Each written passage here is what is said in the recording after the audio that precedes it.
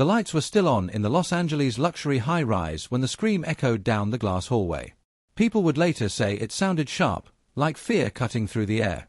On the 42nd floor, a woman named Emily Carter stood frozen near the elevators.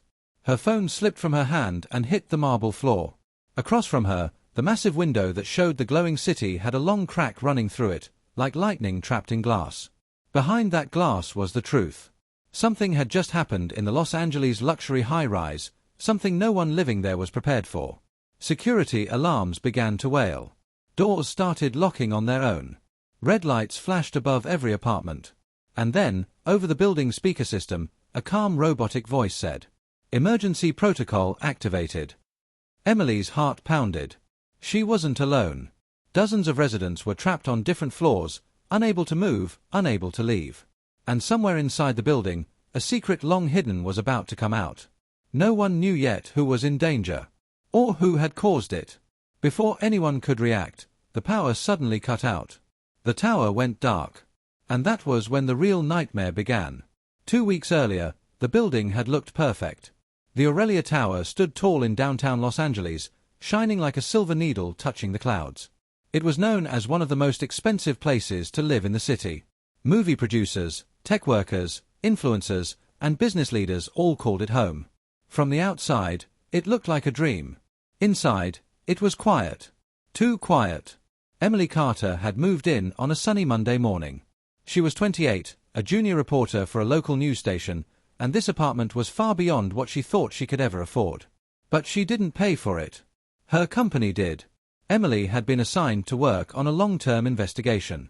No one told her much, only that she needed to live inside the building to understand the environment. That should have been her first warning. On her first night, she noticed something strange. The hallways were spotless, yet no cleaning staff were ever seen. The security guards never spoke unless spoken to first. And every night at exactly 11:30 p.m., the elevators stopped running for 3 full minutes. Residents called it the pause. No one joked about it. Emily tried asking her neighbor, Mark Reynolds, a quiet man in his 40s who always wore gym clothes. "Why do the elevators stop every night?" she asked.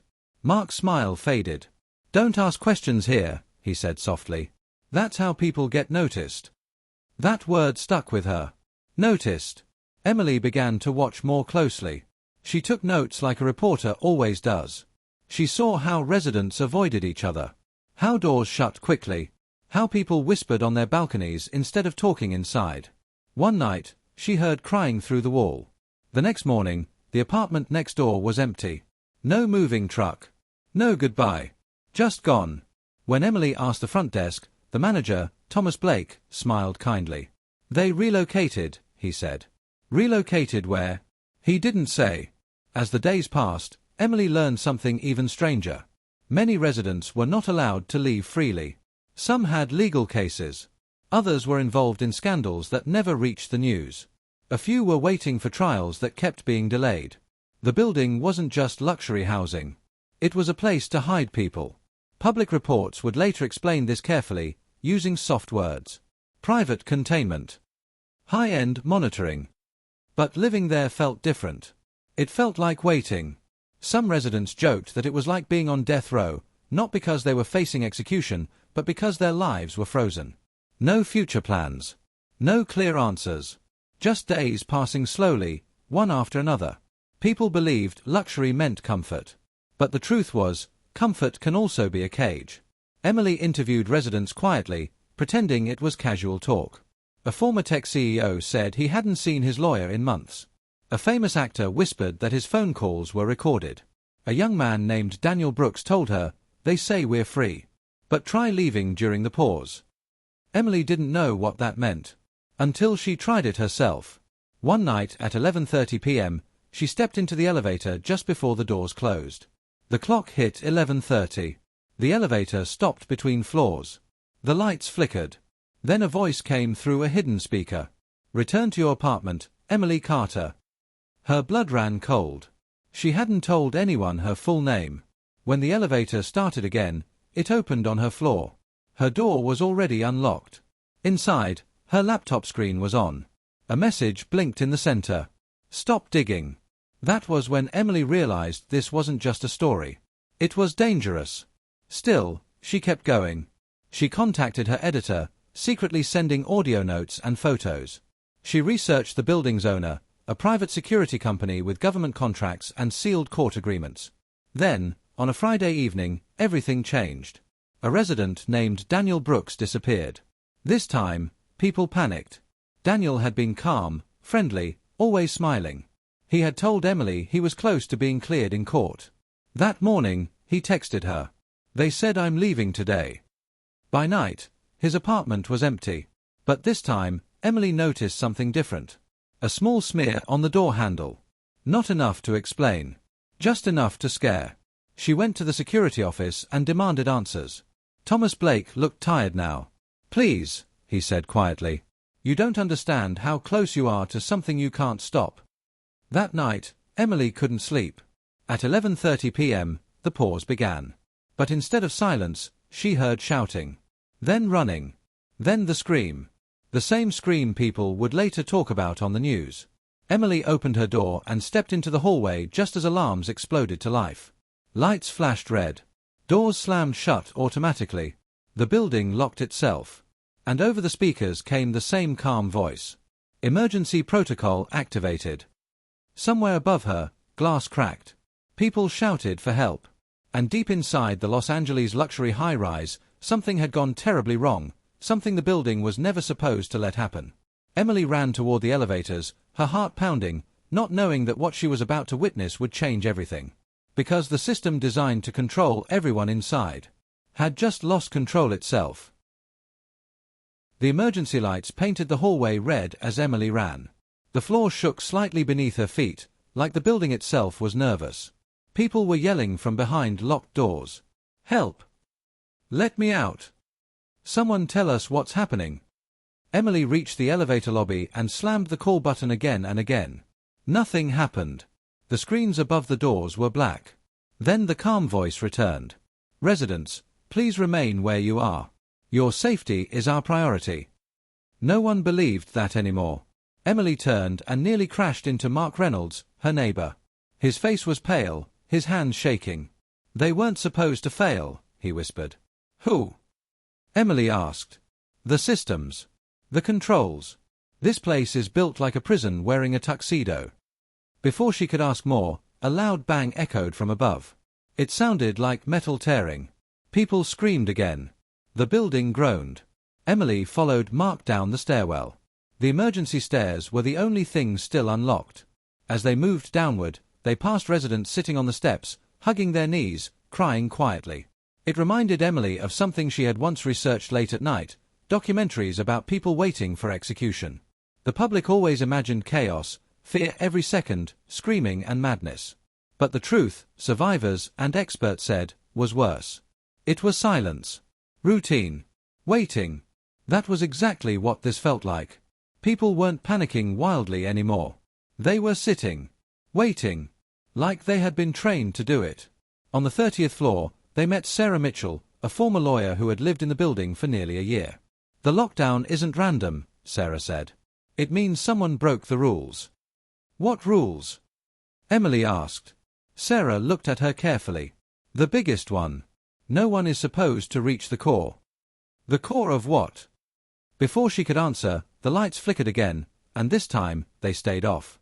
Only small blue strips along the walls remained lit. Emergency power.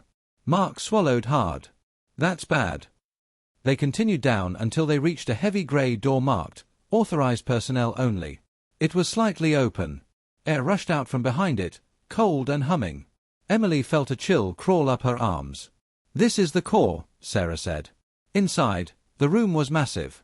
Screens covered the walls, each showing live camera feeds from every hallway, every apartment, every stairwell.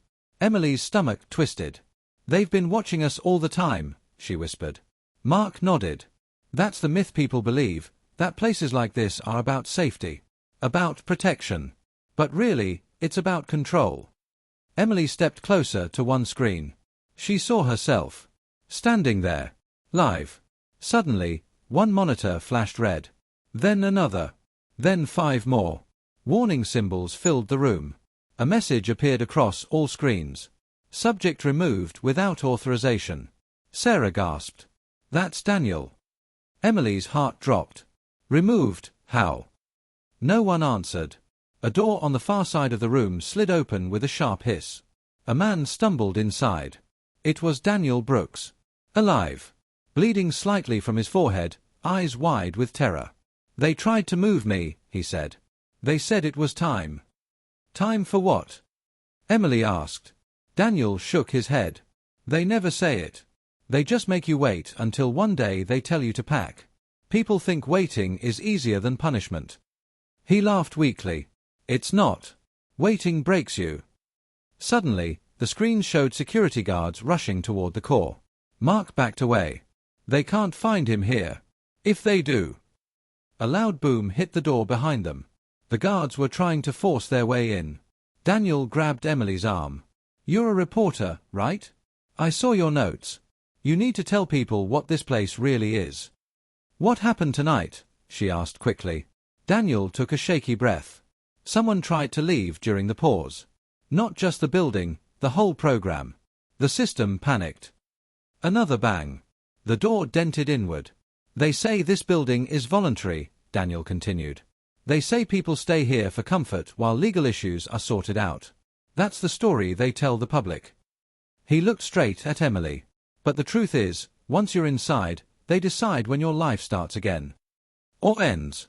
He didn't say the last words, but everyone felt them. The screens suddenly switched. Now they showed the outside of the building. Police cars. Fire trucks. News vans. Red and blue lights flashing across the streets of Los Angeles. Emily's breath caught. The world was watching. But it didn't know the truth. Yet. The guards finally broke through the door. Step away, one of them shouted. Daniel panicked and ran toward another exit, a narrow service hallway marked with warning signs. Daniel, wait! Emily yelled. Too late. He disappeared into the corridor.